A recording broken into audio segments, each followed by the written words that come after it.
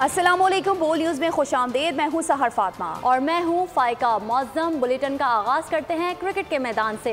Perth test के तीसरे दिन पाकिस्तानी टीम 271 रन बनाकर आउट हो गई। इसी तरह ऑस्ट्रेलिया को पहली इनिंग्स में 200 रन की सबकत हासिल हो गई। मेज़बान टीम का पाकिस्तान को फॉलो ऑन करवाने का फैसला।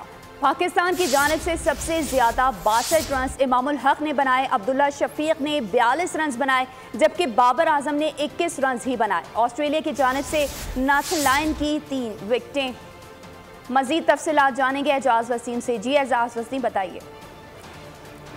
आज ही यहाँ पर्थ में पाकिस्तान टीम एक मरतबा फिर पाकिस्तान की बैटिंग लाइनअप फ्लॉप हुई है और ऑस्ट्रेलिया ने पाकिस्तान के सामने 550 रन स्कोर किए थे और उसके जवाब में पाकिस्तान की कल शाम तक तो पोजीशन बेहतर थी, लेकिन आज सुबह जब पाकिस्तान ने अपनी इनिंग्स का आगाज किया इस टेस्ट मैच के तीसरे दिन, तो इमामुल हक आउट हुए। उसके बाद बाबर आजम साबिक कप्तान बैटिंग के लिए, लेकिन वो भी 21 रन बना सके, उम्मीदों पर पूरा नहीं उतर सके। सरफराज अहमद जो कि साबिक कप्तान है, वो भी डबल फिगर के अंदर दाखिल नहीं हो सके, वो भी जल्दी आउट हो गए। इमामुल हक जो कि स्लो जरूर खेले, लेकिन उन्होंने एक एंड से विकेट संभाला हुआ था, वो भी 62-63 रन की इनिंग्स खेलने के बाद वो भी चलते बने। तो उसके बाद फिर टेल एंडर जो थे वो भी ऑस्ट्रेलियंस के सामने मज़ाहमत नहीं कर सके और पाकिस्तान 271 रन बनाकर आउट हुआ और ऑस्ट्रेलिया को पहली इनिंग्स में 216 रन की बढ़तरी हासिल हो गई है।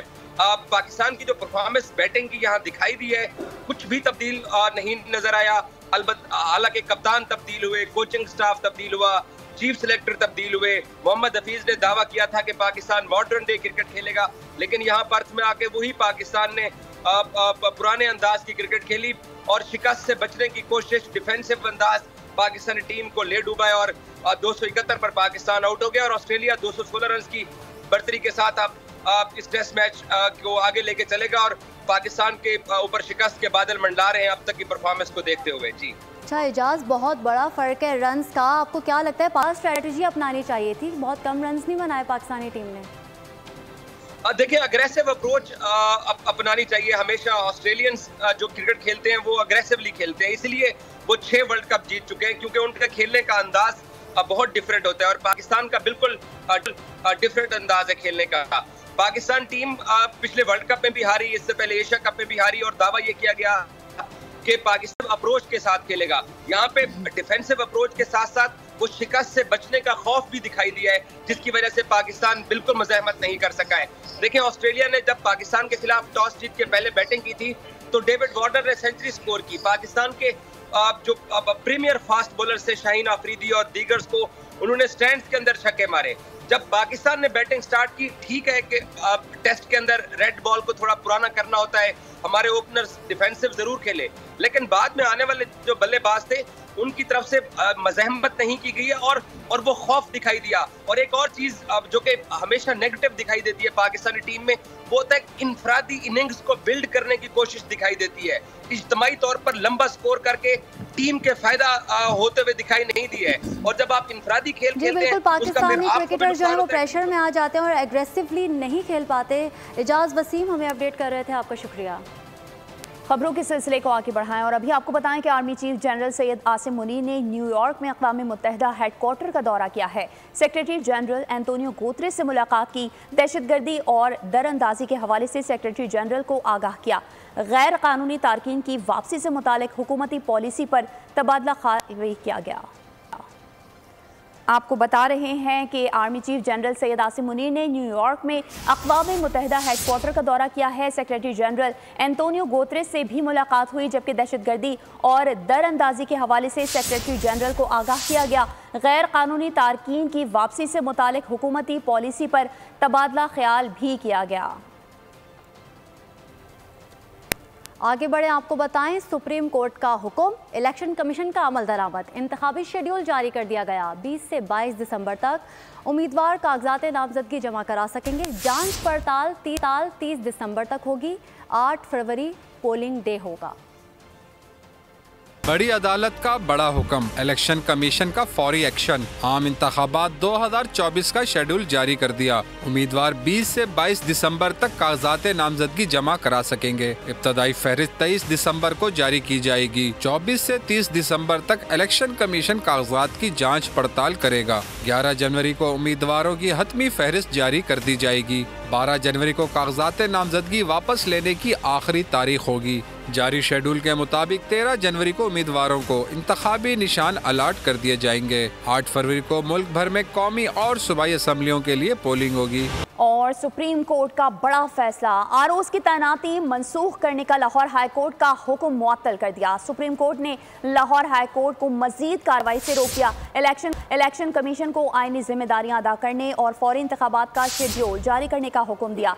इलेक्शन कमीशन की आज ही शेड्यूल जारी करने की यकीन दहानी। अदालत ने कहा, लाहौर हाई कोर्ट ने गैर ज़रूरी उजलत में फैसला दिया। दरख्वास्त गुजार और जज दोनों ने ही सुप्रीम कोर्ट के फैसले को नज़रअंदाज किया। पीटीआई के वकील उमैर नियाजी को तौहीन अदालत का नोटिस जारी कर दिया गया, जबकि हुक्मनामे में कहा गया कि बज़ाहिर उमैर नियाजी ने जमहूरी अमल में रुकावट डाली है। अदालत ने इलेक्शन कमीशन की अपील बाज़ाब्ता समाअत के लिए मंजूर करते हुए समाअत गैर मुअय्यना मुद्दत तक के लिए मुलतवी कर दी। बड़ी अदालत का बड़ा फैसला, इंतखाबात 8 फरवरी को ही होंगे। आरओज़ की तैनाती मंसूख करने का लाहौर हाईकोर्ट का हुक्म मुअत्तल। सुप्रीम कोर्ट ने लाहौर कोर्ट को मजीद कार्रवाई से रोक दिया। इलेक्शन कमीशन को आईनी जिम्मेदारियां अदा करने और फौरी इंतखाबात का शेड्यूल जारी करने का हुक्म। इलेक्शन कमीशन की आज ही शेड्यूल जारी करने की यकीन दहानी। चीफ जस्टिस काजी फाइज ईसा की सरबराही में 3 रुकनी बेंच ने केस की समाअत की। इलेक्शन कमीशन ने लाहौर हाईकोर्ट का फैसला चैलेंज करते हुए सुप्रीम कोर्ट से फैसला कलअदम करार देने की इस्तदा की थी। अदालत ने लाहौर हाईकोर्ट का रिटर्निंग अफसरान और डिस्ट्रिक्ट रिटर्निंग अफसरान से मुताल्लिक फैसला मुअत्तल करके इलेक्शन कमीशन को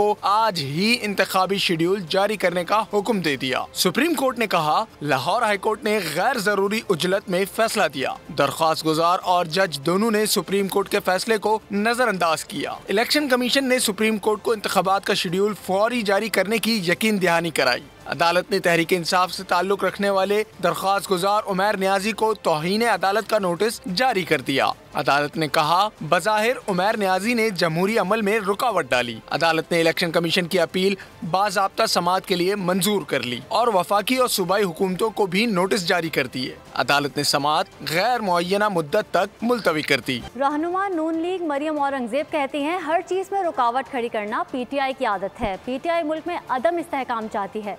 इस्तेहकामबाद के रहनुमा फयाजुल हसन चौहान ने पीटीआई पर इलेक्शन के खिलाफ साजिश करने का इल्ज़ाम लगा दिया। रहनुमा जेयूआई बैरिस्टर कामरान मुर्तज़ा ने 8 फरवरी को इंतखाबात के इनेकाद पर शकूक जाहिर कर दिए। रहनुमा पीपल्स पार्टी फारूक एशनाइक कहते हैं, इलेक्शन ताख़ीर का शिकार नहीं होने चाहिए। सियासी जमातों का पीटीआई पर इलेक्शन के खिलाफ साजिश का इल्जाम। रहनुमा नून लीग मरियम औरंगजेब कहती हैं, हर चीज में रुकावट खड़ी करना पीटीआई की आदत है। पीटीआई मुल्क में अदम इस्तेहकाम चाहती है। पीटीआई वाहिद जमात है जो इलेक्शन में ताखीर के लिए दरख्वास्त दे रही है। हर चीज वक्त पर चल रही थी। पीटीआई की पिटीशन हर चीज में एक सबोटाज करने की उनकी पुरानी आदत है। इस्तेहकाम पार्टी के रहनुमा फयाज चौहान ने पीटीआई पर इलेक्शन के खिलाफ साजिश करने का इल्जाम लगा दिया। बोल से गुफ्तगू में कहा, पीटीआई ने मुनाफिकत की सियासत का रिकॉर्ड बना दिया। हिस्ट्री में इतनी बड़ी मुनाफिकत नहीं कि आप 1.5-2 साल से बढ़ के मार रहे हैं, सुन्ने सेक देंगे, जनाब पट्टियां बांध देंगे, दांत तोड़ देंगे, जमानतें जब्त करा देंगे। जेयूआई के रहनुमा बैरिस्टर कामरान मुर्तज़ा ने कहा, इलेक्शन शेड्यूल का ऐलान न होने से 8 फरवरी को इलेक्शन के इनेकाद पर शुबहात बढ़ रहे हैं। मुझे बजाय जो है ना कोई प्रॉब्लम नजर आ रहा है, क्योंकि आज इन एनी केस पर शेड्यूल दे देते। अगर 18 करके और उसके नतीजे में शेड्यूल को वायलेट करना है या किसी सुप्रीम कोर्ट के आर्डर को वायलेट करना है, तो उससे बेहतर ये है कि 16 को 17 को फिक्स कर लिया जाए। पीपल्स पार्टी के रहनुमा फारूक एच नाइक ने कहा, इलेक्शन के हवाले से अभाम पैदा करने वाला ऑर्डर फौरी खत्म कर देना चाहिए। मुल्क की बका और कानून की हुक्मरानी के लिए जरूरी है कि इलेक्शन ताखीर का शिकार न हो। अगर कोई भी ऐसा ऑर्डर आता है या किया गया है जिससे कि इबाहम पैदा होता है, इलेक्शन 8 फरवरी को होगा कि नहीं, मैं समझता हूँ इसको फौरन खत्म कर देना चाहिए। मुल्क की बका के लिए, जमहूरियत के लिए और कानून की बोलाबाली के सुप्रीमेसी के लिए ये बहुत जरूरी है। सियासी जमातों के रहनुमा का कहना है कि बरवक्त इंतखाबात मुल्क के लिए जरूरी है। मौजूदा अभाम फौरी दूर होना चाहिए। और निगरान वज़ीर दाखिला सरफराज बुगटी ने वफाकी काबीना से इस्तीफ़ा दे दिया है। निगरान वज़ीर आज़म अनवारुल हक काकड़ ने इस्तीफ़ा मंजूर कर लिया। आम इंतखाबात में हिस्सा लेने का फैसला भी किया है। निगरान वफाकी वजीर दाखिला सरफराज बुगटी मुस्ताफी, इनका इस्तीफा निगरान वजीर आजम अनवारुल हक काकड़ ने मंजूर कर लिया। निगरान वफाकी वजीर की जानिब से आम इंतखाबात में हिस्सा लेने का फैसला। जराए बता रहे हैं कि निगरान वजीर दाखिला ने 13 दिसंबर को इस्तीफा निगरान वजीर आजम को भिजवाया था, जिसे निगरान वजीर आजम ने मंजूर कर लिया। जराए के मुताबिक वफाकी और सूबाई हुकूमतों के बाज़ मजीद उस जगह अपने ओहदों से मुस्ताफी होकर इंतखाबात लड़ने का इम्कान है। आइंदा इलेक्शन के लिए अहल होने के लिए निगरान काबीना से इस्तीफे दिए जा सकते हैं। दूसरी जानिब निगरान सूबाई वजीर बलूचिस्तान नवाबजादा जमाल खान रईसानी भी मुस्ताफी हो गए। नवाबजादा जमाल रईसानी ने 12 दिसंबर को अपना इस्तीफा निगरान वजीर आला बलूचिस्तान को अरसाल किया था। अली मर्दान खान डोंकी ने निगरान सूबाई वजीर का इस्तीफा मंजूर कर लिया। इस्तेहकाम पाकिस्तान पार्टी को सियासी मुहाज पर बड़ी कामयाबी। हुमायूं अख्तर खान से मामला तय पा गए। साबिक वफाकी वजीर का IPP में शामिल होने का फैसला आज 3 बजे न्यूज़ कॉन्फ्रेंस में जहांगीर तरीन और अब्दुल अलीम खान के हमरा IPP में शामिल होने का ऐलान करेंगे। जहांगीर तरीन, इसहाक खाकानी और चौधरी ने 2 रोज़ पहले हुमायूं अख्तर से मुलाकात की थी। हुमायूं अख्तर कुछ अरसे कबल तहरीक इंसाफ को छोड़ चुके हैं। और आम इंतखाबात के लिए मुस्लिम लीग नून की तैयारियों में तेजी आ गई है। नवाज शरीफ की ज़ेर सदारत 11वां पार्लिमानी इजलास जारी है। भावलपुर डिवीज़न के उम्मीदवारान के इंटरव्यूज़ भी लिए जाएंगे। इजलास में इंतखाबी लाए अमल का जायज़ा भी लिया जाएगा। आपको बता रहे हैं, आम इंतखाबात के लिए मुस्लिम लीग नून की तैयारियों में तेजी आ गई है। नवाज शरीफ की ज़ेर सदारत 11वां पार्लिमानी इजलास इस वक्त जारी है और भावलपुर डिवीज़न के उम्मीदवारान के इंटरव्यू लिए जाएंगे, जबकि इजलास में इंतखाबी लाए अमल का जायजा भी लिया जाएगा। आम इंतखाबात के लिए मुस्लिम लीग नून की तैयारियों में तेजी आ गई। नवाज शरीफ की ज़ेर सदारत 11वां पार्लिमानी इजलास जारी है। भावलपुर डिवीज़न के उम्मीदवारान के इंटरव्यूज़ लिए जाएंगे। इजलास में इंतखाबी लाए अमल का जायजा भी लिया जाएगा। तो आपको बता रहे हैं, नवाज शरीफ की ज़ेर सदारत 11वां पार्लिमानी इजलास इस वक्त जारी है और आम इंतखाबात के लिए मुस्लिम लीग नून की तैयारियों में तेज़ी आ गई है। मज़ीद तफसीलात जानेंगे अखलाक बाजवा से। जी अखलाक, बताइए। जी बिल्कुल, पाकिस्तान मुस्लिम लीग नून के कायद नवाज शरीफ और सदर शहबाज शरीफ की ज़ेर सदारत मुस्लिम लीग नून के पार्लिमानी बोर्ड का 11वां इजलास जो है वो इस वक्त जारी है। इजलास में जो है मुस्लिम लीग नून की नायब सदर मरियम नवाज समेत दीगर रहनुमा जो है वो शरीक है। इजलास में पार्लिमानी बोर्ड के इजलास में आज बहावलपुर डिवीजन से मौजू उम्मीदवारों का इंतखाब जो है वो किया जा रहा है। पार्लिमानी बोर्ड 2 दिसंबर से अब तक सरगोदा डिवीजन, डिस्ट्रिक्ट रावलपिंडी, हजारा, मालाकंड और बलोचिस्तान, डेरा गाजी खान, रावलपिंडी, अटक, जेलम, चकवाल, खानेवाल समेत दीगर जो डिवीजन हैं उनका जो है वो उम्मीदवारों के नामों पर गौर जो है वो कर चुका है और आज जो है वो इस हवाले से बहावलपुर के जो मौजू उम्मीदवार हैं उनका जो इंतखाब है वो किया जा रहा है। जी ठीक है अखलाक, आपका बहुत शुक्रिया। बिलावल भुट्टो जलसों के जरिए लाडला वजीर आजम बनने की अपील कर रहे हैं। बिलावल क्या लाहौर में कह सकते हैं कि हम लाहौर को कराची जैसा बना देंगे? मीरपुर खास में M10 पाकिस्तान के पावर शो से सीनियर डेप्यूटी कन्वीनर मुस्तफ़ा कमाल का खिताब। खालिद मकबूल सिद्दीकी, अनीस कायम खानी और दीगर रहनुमाओं ने भी खिताब किया। आगे बढ़ें और आपको बताएं कि चीफ जस्टिस ऑफ पाकिस्तान काजी फाइज ईसा बैरून मुल्क रवाना हो गए हैं। सीनियर जज जस्टिस सरदार तारिक मसूद ने कायम मुकाम चीफ जस्टिस का हल्फ उठा लिया। तकरीब हल्फ बर्दारी सुप्रीम कोर्ट में हुई। सीनियर जज जस्टिस एजाजुल एहसन ने हल्फ लिया। तकरीब में सुप्रीम कोर्ट और लाहौर हाई कोर्ट के जजेस की शिरकत। अटॉर्नी जनरल, रिटायर्ड जजेस और सीनियर वकला समेत जजेस के अहल खाना भी शरीक हुए। चीफ जस्टिस काजी फाइज ईसा 2 हफ्तों के लिए बैरून मुल्क गए हैं।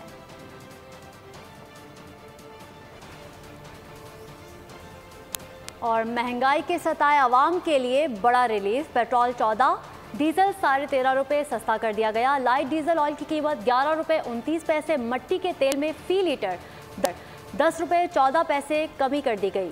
अवाम ने हुकूमती इक़दाम खुशाइंद करार दे दिया। पेट्रोलियम मसनुआ की कीमतों को रिवर्स गियर, निगरान हुकूमत ने अवाम को बड़ा रिलीफ दे दिया। पेट्रोल 14, डीजल 13.5 रुपए सस्ता मिलने लगा। मट्टी के तेल और लाइट डीजल की कीमतों में भी नुमाया कमी हो गई। वजारत खजाना के मुताबिक पेट्रोल की नई कीमत 267 रुपए 34 पैसे होगी। हाई स्पीड डीजल 276 रुपए 21 पैसे फी लीटर मिलेगा। लाइट डीजल ऑयल की कीमत 11 रुपए 29 पैसे कम की गई। मट्टी का तेल भी फी लीटर 10 रुपए 14 पैसे सस्ता कर दिया गया। आवाम ने हुकूमती इक़दाम को खुशाइन करार दे दिया। साथ ही मुतालबा किया रिलीफ के लिए मजीद इक़दाम किए जाएं। वजारत खजाना के मुताबिक नई कीमतें अगले 15 रोज बरकरार रहेंगी। अहम खबर आपको दे, आर्मी चीफ का दौरा अमेरिका कामयाबी से जारी है। आर्मी चीफ की आला अमरीकी हुकाम से मुलाकातें। आर्मी चीफ की अमरीकी secretary of state, defence secretary, deputy secretary of state, deputy national security adviser, chairman joint chief of staff से मुलाकातें। Army chief general Asim Munir की अक़वाम मुत्तहिदा के जनरल सेक्रेटरी से भी कामयाब मुलाकात। आर्मी चीफ के कामयाब दौरे से दोनों ममालिक के दरमियान मुख्तलिफ शोबों में ताउन बढ़ेगा। आर्मी चीफ के दौरे से पाकिस्तान का अहम उमूर पर नुक्ता नज़र भी मौसर तरीके से उजागर हो रहा है। बिल्कुल, आपको बता रहे हैं आर्मी चीफ का दौरा अमेरिका कामयाबी से इस वक्त जारी है और आर्मी चीफ की आला अमरीकी हुकाम से मुलाकातें भी जारी हैं, जबकि आर्मी चीफ की अमरीकी secretary of state, defence secretary, deputy secretary of state, deputy national security adviser, chairman joint chiefs of staff से भी मुलाकातें हुई हैं। हमारे नुमाइंदा खसूसी सलमान अवान ने हमें ज्वाइन किया है। सलमान अवान, तफसीलात से आगाह कीजिए।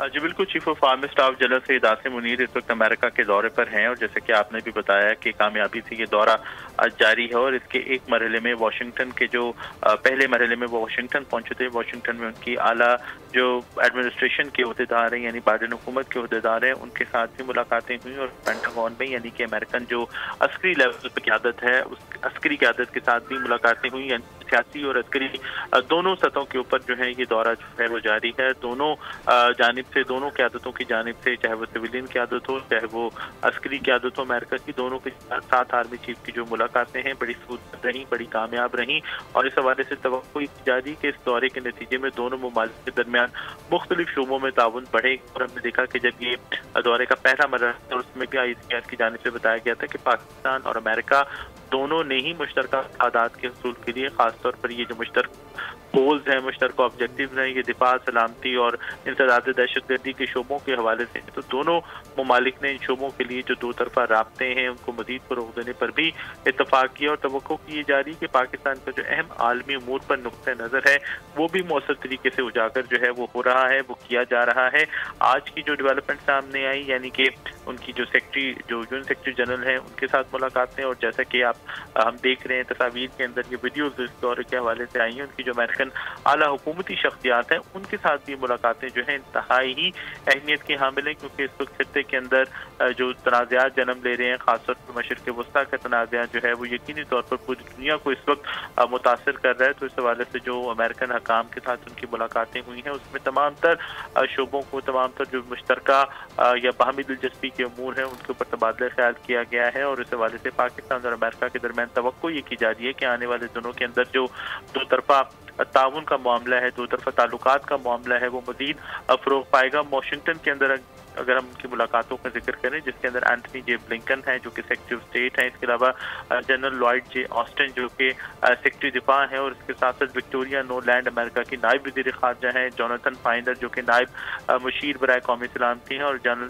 चार्ल्स क्यू ब्राउन जो कि chairman joint chief of staff committee है अमेरिका के। तो इन अहम तरीन शख्सियात के साथ मुलाकातें हुई हैं जो आलमी अमूर है, इलाक़ाई सलामती से मुतल्लिक़ मामलात हैं और उसके साथ साथ जो बैनुल अक़वामी तनाज़ात हैं वहाँ पर भी तबादला ख्याल किया गया। और जो इम्पोर्टेंट चीज़ ये है कि आर्मी चीफ ने दोनों जगहों पर, चाहे वो न्यूयॉर्क के अंदर होने वाली मुलाकातें हैं चाहे वो वाशिंगटन के अंदर होने वाली मुलाकातें हैं, दोनों मुलाकातों के अंदर कश्मीर और गजा की जो ऑनगोइंग सिचुएशन है इस वक्त। ठीक है सलमान, आप हमारे साथ ही मौजूद रहिएगा। इस वक्त हमें ज्वाइन किया है हारिस नवाज साहब ने, ब्रिगेडियर रिटायर्ड हैं। बहुत शुक्रिया सर आपके वक्त का। सर क्या कहेंगे, आर्मी चीफ का दौरा अमेरिका इस वक्त कामयाबी से जारी है, ओवरऑल कैसा देखते हैं इसको आप?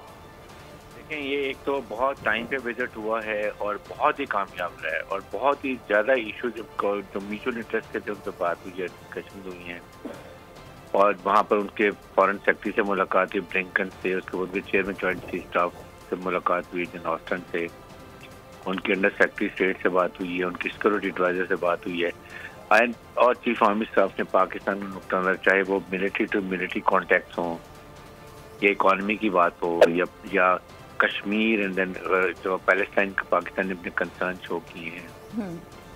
फिर बिजनेस कम्युनिटी से जो मुलाकात हुई उसमें उन्होंने बहुत ज़्यादा तारीफ की अपने पाकिस्तानी ओवरसीज़ की कि वो पाकिस्तान की इकॉनमी को रिवाइव करने में बहुत अहम किरदार अदा कर रहे हैं, पाकिस्तान की बहुत अहमियत को समझते हैं, उनको रिस्पेक्ट करते हैं और हर वक्त उनके साथ खड़ा है। ये उनको बताया, उनकी जिम्मेदारियाँ बताई। और फिर जब उन्होंने अभी यूनाइटेड नेशन के जनरल सेक्रेटरी से बात की है न्यूयॉर्क में, I think that has been very good.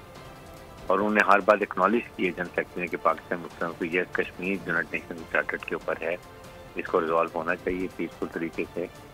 गजा के ऊपर बात की गई, फिर पाकिस्तान उन्होंने तारीफ की कि पाकिस्तान की जो मुसल्लह फौज तो पीस कीपिंग रोल अदा करती हैं, उसमें कितना अहम किरदार है, उसमें कितने पाकिस्तान ने अचीवमेंट्स की हैं और कितने लोग शहीद हुए हैं, उनको बड़ी ज़्यादा एक्नॉलेजमेंट की गई है। तो overall I think Pakistan chief army staff का जनरल मासूम का विजिट अमेरिका का बहुत कामयाब। ठीक है, ब्रिगेडियर रिटायर्ड हारिस नवाज साहब, बहुत शुक्रिया सर आपके वक्त का, अपना तज्जिया पेश कर रहे थे। दूसरी जानिब नुमाइंदा खुसूसी सलमान अवान हमें तफसीलात से आगाह कर रहे थे, आपका भी बहुत शुक्रिया। और अब बात गजा में जारी जुल्म बरबरियत की। खान यूनुस और रफा समेत पूरी गजा पट्टी पर बमबारी की गई, खानदानों को निशाना बना डाला। मजीद 180 फ़लस्तीनी शहीद हो गए। फ़लस्तीनी टेलीकम्युनिकेशन ने मवासलात और इंटरनेट सर्विस बंद कर दी। गजा में ऑपरेशन रूम्स और उसके तमाम अमले से राब्ता मुकम्मल तौर पर मुनक़ता हो गया। गजा पर 7 अक्टूबर से जारी इसराइली जारियत में 18,000 से ज़ायद फ़लस्तीनी शहीद हो चुके हैं और 50,897 अफराद जख्मी हैं।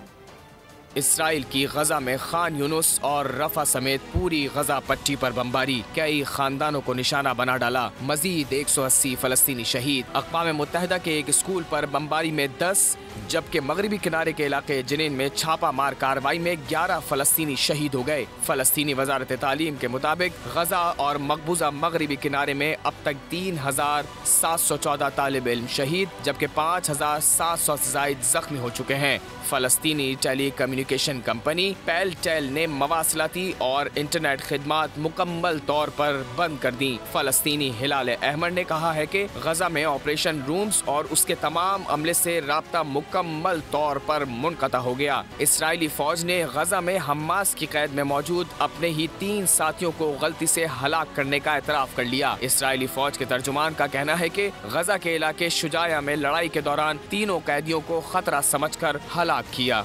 खबर दें आपको कि यमन के हौसी बागियों के हमले रंग लाए हैं। दुनिया की 2 बड़ी शिपिंग कंपनीज ने बहरे अहमर से गुजरना बंद कर दिया। दीगर कंपनीज भी महंगे मुतबादल रास्ते इख्तियार करने पर गौर करने लगी हैं। दुनिया भर में ताजरों ने महंगी शिपिंग होने पर सर पकड़ लिए।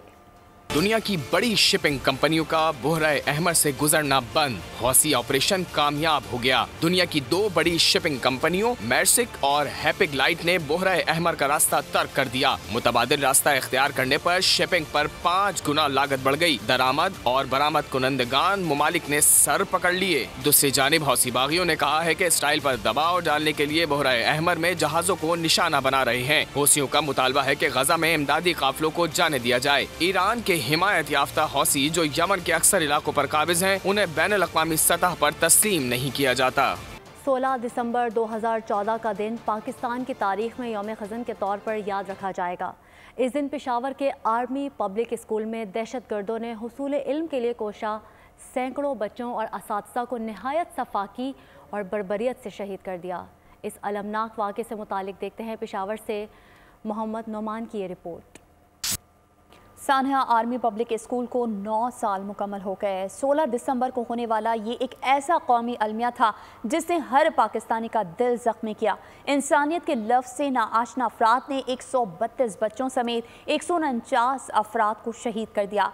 मासूम बच्चों को दहशतगर्दी का निशाना बनाकर पाकिस्तान को गहरी चोट पहुँचाई गई। ये दिन हमेशा सियाह दिन के नाम से याद रखा जाएगा।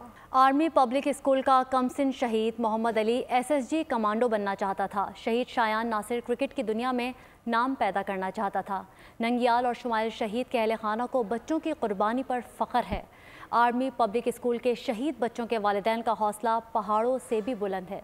पाकिस्तानी कौम अपने शहदा को भी फरामोश नहीं करेगी। मेरा इकलौता बेटा था, मैं उसको था नहीं बोलती, मैं उसको है बोलती हूँ। अगर मुझसे कोई पूछे आपके कितने बच्चे हैं तो मैं कहती हूँ 1 बेटा और 3 बेटियाँ, क्योंकि शहीद तो ज़िंदा होते हैं, तो मेरी नज़र में वो ज़िंदा है कि इसमें जो खूबियाँ थी ना वो मैं देखती हूँ बाकी बच्चों में वो नहीं है, लेकिन वो बचपन से ऐसे था कि मामा's बॉय था। जैसे ही वो घर में एंटर होता था तो ममा ममा, जब तक मैं नज़र ना आऊँ। लेकिन बस मेरे लिए शायद अगर वो 24 साल का भी आज होता तो मेरे लिए वही छोटा सा अली होता। अली स्कूल में भी ऐसे था ना कि उसको अपने टीचर्स गोल्डन बॉय बोलते थे, तो मुझे कहता है ममा मैं आपको वो खुशी दूंगा, वो इज्जत दूंगा कि आप याद करेंगी। और जिस दिन मुझसे नाराज़ होता था किसी बात पे, नाश्ते पे लड़ के जाता था, तो ये नहीं देखता था जब वैन चल पड़ती थी जी मुड़ के देखता था। उस दिन इसने मुझे मुड़ के देखा तब मैं इसके पीछे उठी। मेरा बेटा 10th A क्लास का स्टूडेंट था और उम्र तकरीबन 15-16 यानी 15 प्लस एज थी। शौक़ था मेरे बेटे का कि मैं APS में जो है ना पढ़ूंगा, तो उस वजह से मैंने रिक्वेस्ट की और यहाँ पे मैंने एडमिट करवाया था। साइंटिस्ट बनना चाहता था और फिर इसी वजह से फ़िज़िक्स में वो काबिल था। फ़िज़िक्स में हमेशा से मेरे पास अभी भी रिकॉर्ड मौजूद है उसका 99 या 100 मतलब हर एग्ज़ाम में उसके नंबर आते थे फ़िज़िक्स में। सबसे छोटा था, बहुत लाडला था, बहनों का भी, भाइयों का भी और मेरी बेगम का भी बहुत ही लाडला था कि अपनी फ़ौज पे फ़ख्र करता हूँ, अपने मुल्क पे फ़ख्र करता हूँ।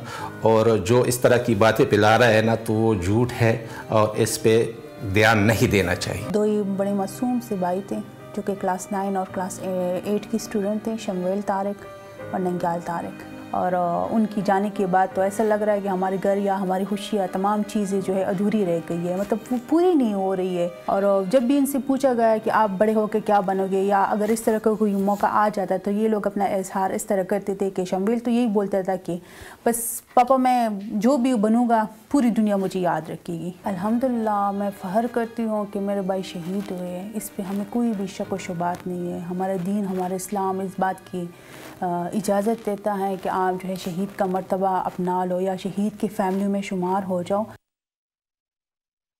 16 दिसंबर है। 52 साल कबल पाकिस्तान के वजूद को कभी तस्लीम ना करने वाला दुश्मन भारत पाकिस्तान को 2 लख्त करने की साजिश में कामयाब हो गया था। उस दिन को सानह सक़ूत ढाका के दिन के तौर पर याद किया जाता है। इस सियाह दिन के जिम्मेदारान कौन थे और हमने इससे क्या सबक सीखा है, इस्लामाबाद से रिपोर्ट कर रहे हैं डिप्टी ब्यूरो चीफ बोल न्यूज़ इस्लामाबाद अली शेर। कलमे के नाम पर पाकिस्तान बना तो ये इस्लामी दुनिया की पहली मुमलिकत बनी। इस्लाम की तजुर्बागाह बनाने का ऐलान करते ही खुले और छुपे दुश्मनों की नींदें हराम हो गईं। भारत ने तो खुलेआम पाकिस्तान के वजूद को कभी तस्लीम ना करने का ऐलान करते हुए इसे तोड़ने की साजिशें शुरू कर दी। अमेरिका ज़ाहिरी तौर पर रूस के भारतीय इत्तेहादी होने की वजह से पाकिस्तान का इत्तेहादी था, मगर जब पाकिस्तान टूट रहा था तो इसका बहरी बेड़ा पाकिस्तान की मदद के लिए आने के दावे करता रहा, मगर पहुंचा नहीं और पाकिस्तान 2 लख्त हो गया। जमात इस्लामी वो जमात है जिसके जंगजू विंग्स पाकिस्तानी फौज की मदद करते रहे। जमात इस्लामी के सेनेटर मुश्ताक अहमद खान ने बताया, तारीख पर नजर रखने वाले माहिरीन समझते हैं कि सानिया मशरिकी पाकिस्तान अंदरूनी और बैरूनी साजिशों का नतीजा था। हमने इससे सबक भी कम ही सीखा है, मगर इसके बावजूद एटमी ताकत का हुसूल और CPEC में कामयाबी पाकिस्तान के रोशन और महफूज मुस्तकबिल की अलामतें हैं। प्रोडक्शन टीम के साथ अली शेर, बोल न्यूज़ इस्लामाबाद। और न्यूज़ एंकर्स बनने के ख्वाहिशमंद अफराद के लिए खुशखबरी। बोल न्यूज़ ने कराची एक्सपो सेंटर में स्टॉल लगाकर नौजवानों को मौका दे दिया। आज ही बोल के स्टॉल पर आएं, टैलेंट दिखाएं और एंकर पर्सन बन जाएं। न्यूज़ एंकर्स बनने के ख्वाहिशमंद अफराद के लिए खुशखबरी है। बोल न्यूज़ ने कराची एक्सपो सेंटर में स्टॉल लगाकर नौजवानों को मौका दे दिया है। आज ही बोल के स्टॉल पर आएं, अपना टैलेंट दिखाएं और अपनी ख्वाहिश पूरी करें, एंकर पर्सन बन जाएं।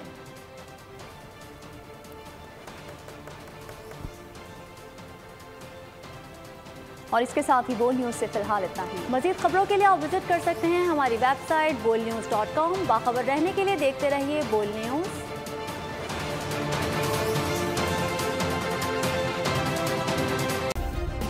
सब्सक्राइब करें और बेल दबाएं ताकि कोई खबर रह न जाए।